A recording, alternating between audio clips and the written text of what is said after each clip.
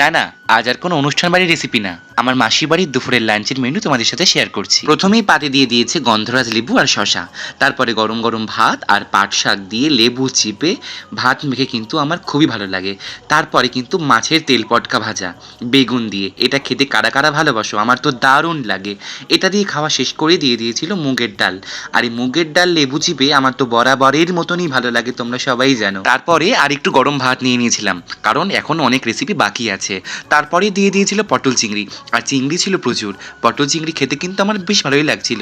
পটল চিংড়ি দিয়ে খাওয়া শেষ করেই তারপরে দিয়ে দিল আজকের শো স্টপার, চিংড়ি মাছের মালাইকারি। আর চিংড়ি মাছের মালাইকারিটার গ্রেভিটা জাস্ট ওয়াও ছিল, যেমন কালার ছিল তেমন ছিল খেতে, একদম জুসি।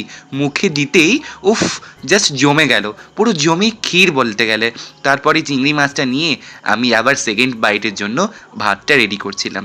আর চিংড়ি মাছটাও ছিল খুবই ফ্রেশ, আর মাসি রান্নাও করেছিল খুব সুন্দর। তারপরেই ছিল চাটনি, পাঁপড়, নবদ্বীপের লাল দই আর রসগোল্লা। আজকের মেনুটা একেবারে দারুণ।